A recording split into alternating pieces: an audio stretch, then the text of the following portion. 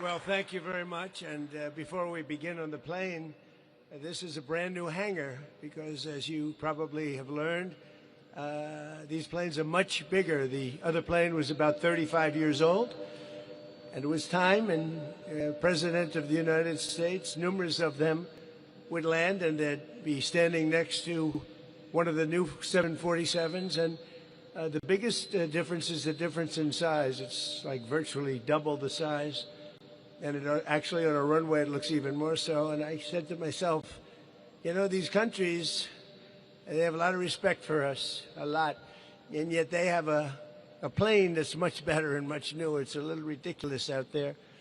And we have our signal, and we have our beautiful American flag, and we put the wave in it, as you know. We've always gone with this straight little noodle, and I never loved that. Now we have a wavy, beautiful flag. We're waving it proudly because our country is doing so well. Our country is doing so well. Those ships are flowing out of the Hormuz Strait like nobody's ever seen before, actually. There were a lot of them, about 700 of them, and they're pouring out. The oil is all over the place. You're going to see oil drop so low. I hope the companies are happy about it. But we have a lot of victories. We had a great victory in Venezuela, where we're now doing really well with the government. The big companies are all in there, the oil companies. They're building rigs, and we've paid for that war many, many times over. We're running it, and again, we have a fantastic relationship with the people of Venezuela. Venezuela has become a happy country because they have never made the money that they're making now. We take some, and they take some, but I just want to thank the general for the job. Raising Cane, I liked his name right away. I had him. Raising Cane, and he raises cane, and he's very quiet about it, but he knows how to win. I knew that a long time ago. I said, if I ever get back here, I know the guy I'm going to put in charge of the Joint Chiefs of Staff, and I got my man. So thank you, General. Great job. We're proud of you.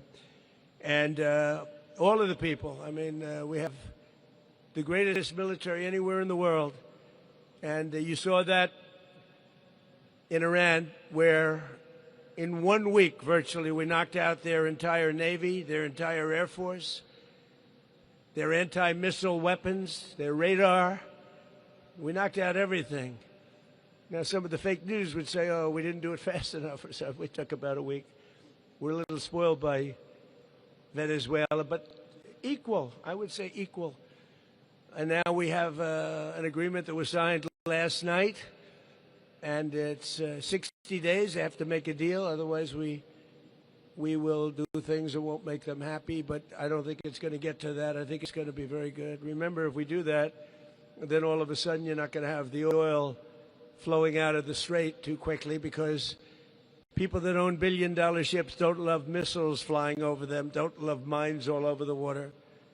And this is going to be amazing what's happening now, because we have the greatest economy that we've ever had. We have $19.2 trillion coming into our country from other countries and people, but a lot of other countries are coming in, including Qatar, who was so nice in providing. You know, we were at a little bit of a logjam. We're waiting for I call them the normal 747s, and I asked the Emir if we could use the brand new 747 that he got when we first heard about it, 800 hours. 800 hours for an airplane is essentially, I think, Troy, you could say that's a brand new plane. And I said, we'd like to use it for a little while because the planes are pretty old. Our planes are old. See, a normal president wouldn't do this. A normal president wants to stay away from aircraft. We don't want to order any aircraft so that everybody thinks, but our country has to be represented properly. And includes we have the greatest military in the world. We have the greatest aircraft anywhere in the world, military fighters and bombers, and the B-2 bomber, you saw what that did. And we should have a plane. And we're going to have, as you know, we ordered 2 for a long time ago. They ordered, and they're coming in. And the hangar was built for the large plane. The other plane is such a difference in size, but there will never be one like this. This is very unique. This is considered the world's most luxurious plane. When it was built at a level that will probably never be seen again. And if the press would like, I don't know if it's going to help me with stories. I don't think they'll be any different. But what we're going to do is we're going to take you for just a quick tour. The press is actually going to, oh, look at them. They're actually smiling. Are you smiling? The first time I've seen them smile in years. They don't smile at Republicans. They should smile at Republicans because we're the ones that make America great. Anyway, but that's good. You happy about that? We'll do it. All right. So when I leave, they're going to take you for a little tour. You'll see something you won't even believe. And you'll be spending a lot of time. We're doing a lot of trips. We'll be going to Turkey. We'll be going at some point during the year back to China. President Xi's coming here in September. But we're going back for a big conference that's in China. I said I'd do that. And I want to thank China because, to be honest, I asked President Xi not to get involved with Iran. And they get 50% of their oil from the Strait. But I asked him not to get involved. And he said he wouldn't, and he didn't. I mean, very nice, actually. Very nice. So I appreciate that. But we'll be doing a lot of traveling together. The workmanship of this plane is, when you see it, you won't believe it, actually.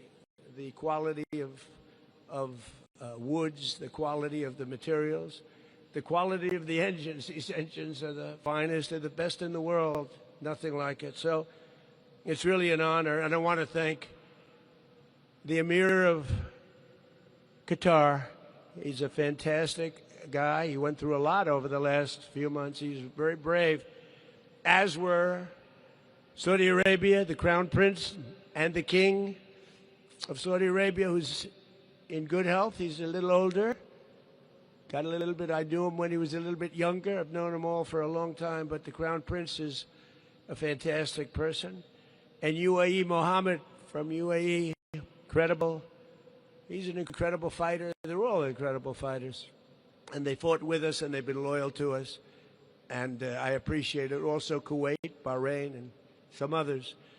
And obviously we fought very well with Israel.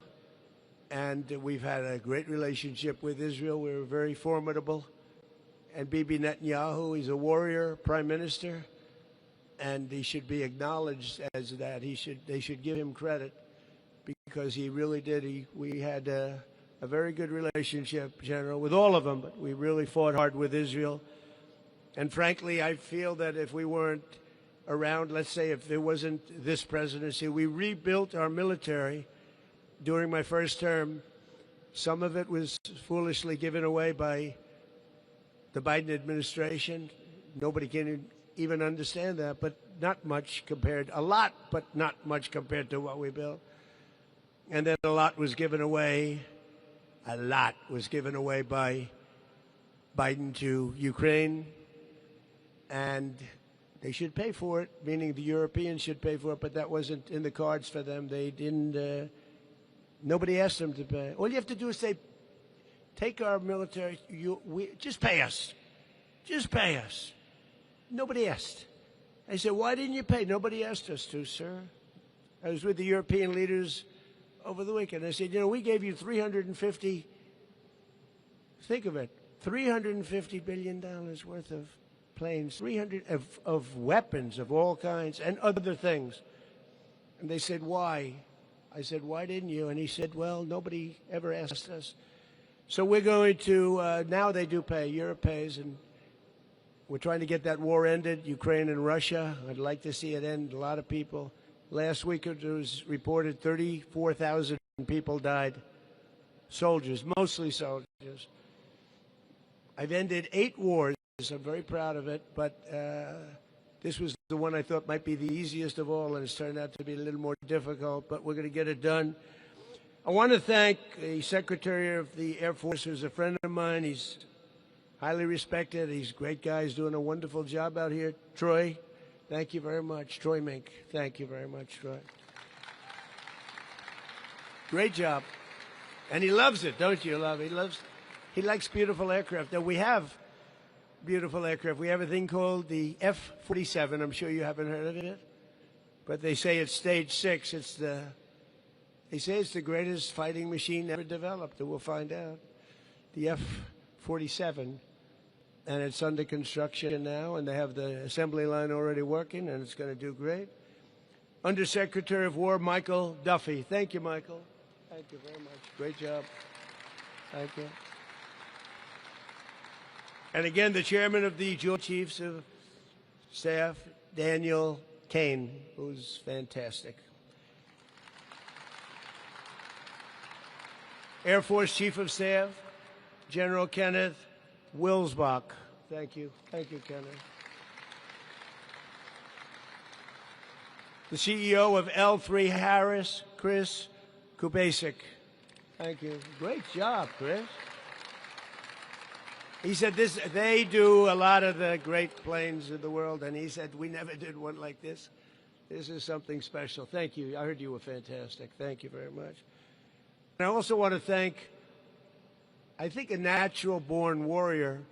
His name is Pete Hegseth, and he has done, working with the generals and everybody else, he's a natural, I believe. Well, so far we've been winning all the time. We're not going to lose. He doesn't know how to lose, and he's a tough cookie, and he loved the first day I met him, I said, this guy really loves the military. Very successful, great colleges, went to the best schools, great student, but he loved the military. And I said, I'm going to give him a chance, and he more than lived up to the reputation, so he's great. He's doing a fantastic job. Pete Hegseth.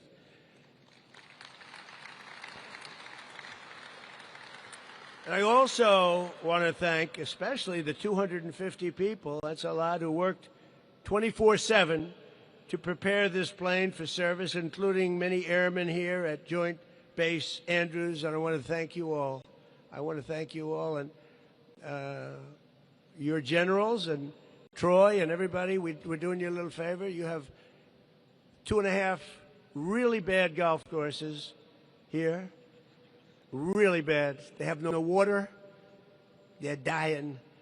And everybody wants to play, but they're really not representative of quality. So Jack Nicklaus, who's a friend of mine, is doing, I told him, he's a great designer, too. He was the greatest player.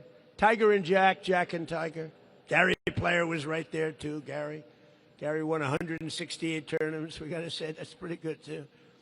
But Jack Nicklaus, a great, great, legendary golfer. He won 18 majors and close to 100 tournaments. And known also, very, very rarely does this happen, known also, he's really become a fantastic golf course designer. He's done tremendous golf course. And I said, Jack, and he loves the military. I said, Jack, would you do me a favor? Take this beautiful piece of land with terrible courses that don't have water, they don't have anything, they have grass that's 400 years old. I said, will you, right? They know what I mean. Give them a really good, give them a world championship course, because the land is phenomenal. The outer fairways, in other words, the area, the trees between fairways are the most beautiful I think I've ever seen, because nobody's touched them in many, many years. And they've just about started construction. You're going to have it very quickly. And you're going to have, I think, the finest military courses anywhere in the world, but they'll be among the best, you know. It doesn't cost much more to make them top tier, for a couple of bucks more. And I said, we're going to spend it. So that's our gift, the general, myself, Troy, that's our gift to this, to great place, Andrews. I've gotten to know it. You know, I've been coming here a lot of years now. It seems strange, but we've been coming here a lot of years, and everybody involved with Andrews is a winner. They run this so well and so important. So you're going to have 2.5. We're doing 2 courses and a half for young people, very young people, and disabled. If there's anybody that needs a little help, it's so amazing what they do. And so we're doing 9 holes, and that'll be for disabled, young people. Very, very special. Hasn't been done before. I thought it would be a great idea. But with the extraordinary devotion of many of you here today, this plane was transformed into a flying White House at a level of luxury that nobody's ever seen before. Probably even almost outside of an airplane. Nobody's ever seen anything like this. And in only 10 months, a time frame no one thought possible. And, you know, they put a lot of things on here that normally you wouldn't do. Great protective mechanisms, very, very, the latest and the greatest in every aspect. But it took us about 10 months, and they did it really professionally. These generals were what they do. And this was love, right? This was not your normal general. This was not your normal situation. Come here, I want to shake your hand. You work so hard. Come here. This guy.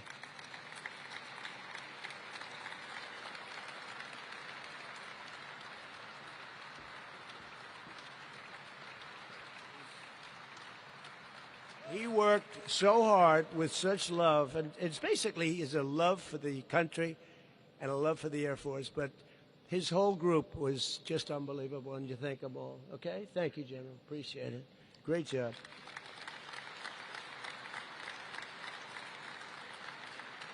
And it was all of the generals. They wanted to do something special. They wanted to get it done for the 250th year, the anniversary. We have America's 250th, and that's coming up in a little while. And I think I can say that we're going to do a flyover like no flyover. This is going to lead a group of many, many planes. I do love the F-22, I have to tell. Does anybody like the F-22? I love the F-22.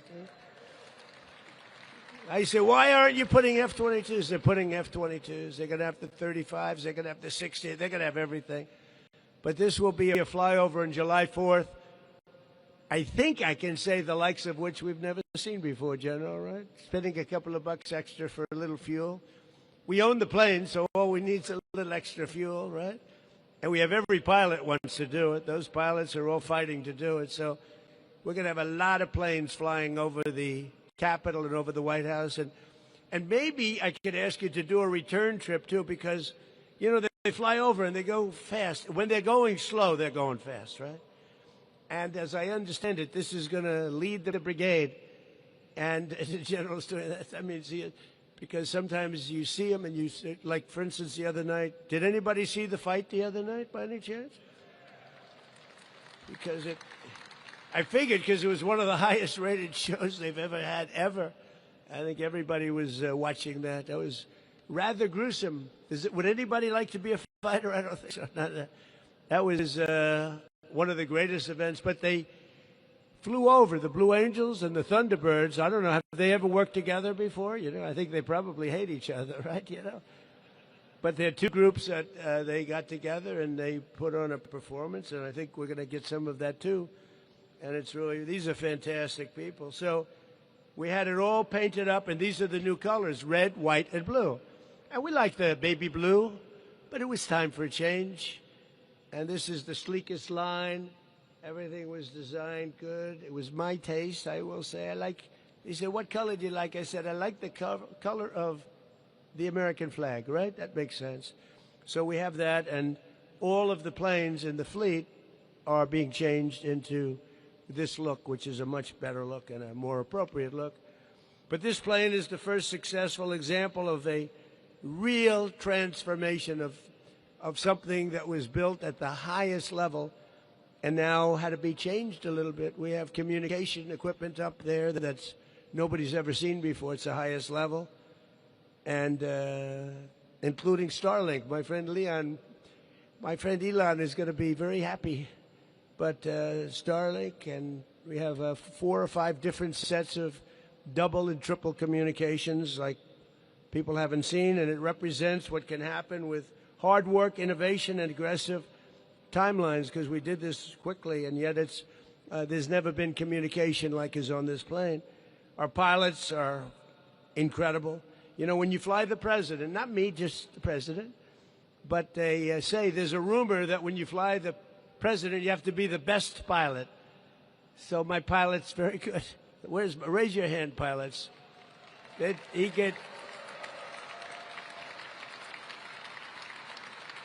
He took me in the other plane over, the National Collegiate game, the championship game. I say, do me a favor, buzz the stadium. As we arrived at the stadium, people going crazy, I said, Captain, I didn't mean you had to go that low, Captain. he seriously buzzed. He even did a little dip right in the middle. I said, what the hell is going on? But no, we have our best place. That's the way it should be. Marine One, the helicopters, and the plane. When you get to pilot for a president, that's your best. So thank you very much. Great. We're going to have a lot of fun together. But our pilots, designers, and engineers prepared an aircraft that is the largest Air Force One ever built. It flies further and faster than any Air Force One. Those are the giant engines. Those are incredible engines. It's the fastest. Flies further. You don't have to stop for fuel every few hours. You maybe will never have to stop for fuel. It's got, they call it unlimited. Well, it's pretty close to unlimited, and which is among the most beautiful aircrafts the Air Force will ever see or operate. You'll never have this opportunity again, and I want to thank everybody involved, including Tamim. But every man and woman here today should be incredibly proud of what we've all achieved, because this is representative of our country. Now, when we land at airports in London and in Germany and different places, nobody tops this one, and that's the way we have to have it for our country. Nobody even comes close. So my return from the G7 summit was the last planned trip aboard the VC-25A. That's the 747. We'll probably do the museum thing. We'll get them fixed up a little bit, not like this one. And we'll do museums, but they're great planes. They have great history. It's a plane that was authorized by President Ronald Reagan so many years ago. I think they had a 707 before that, and it's in his museum. And that was flown by every president since George H.W. Bush. And it was a great plane. We had very little trouble with it. And Boeing has done a fantastic job. Boeing does a great job. They charge us too much, but other than that, said, you got to get the prices down. But over its lifetime, that aircraft traveled to 96 countries on 223 international trips and flew over 6 million miles. It became the most famous, and as you know, it's actually two planes, because Air Force One is actually two planes. They're totally identical. The other ones I can't. The only way I can tell is on the desk. The wood grain is slightly different. They're literally interchangeable. You can hardly tell.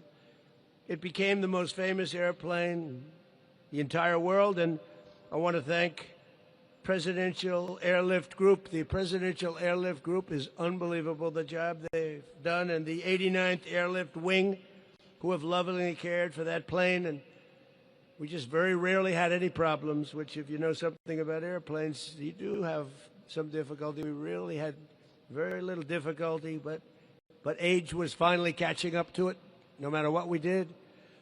But along with the two men who have piloted it during my presidency, so I'd get to introduce, because that's very important. When you're up there at 42,000 feet going at 600-700 miles an hour, you want to be very, very nice and appreciative to your pilot. So as far as I'm concerned, it's a bad time. You ever hear where pilots go and they ask for a raise in the middle of flight? They always ask for a raise. They're working for some rich guy, and they ask for the raise in the middle of the flight, and he always says, okay. But Air Force Colonel Pete Donnelly and Lieutenant Colonel Tyler Sanborn.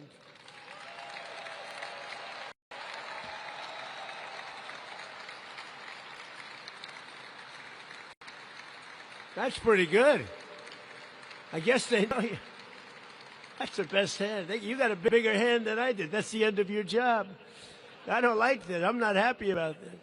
No, these are great pilots. These are great, very talented people. The Air Force One team and the entire Presidential Airlift Group is amazing, brilliant people, and they love our country.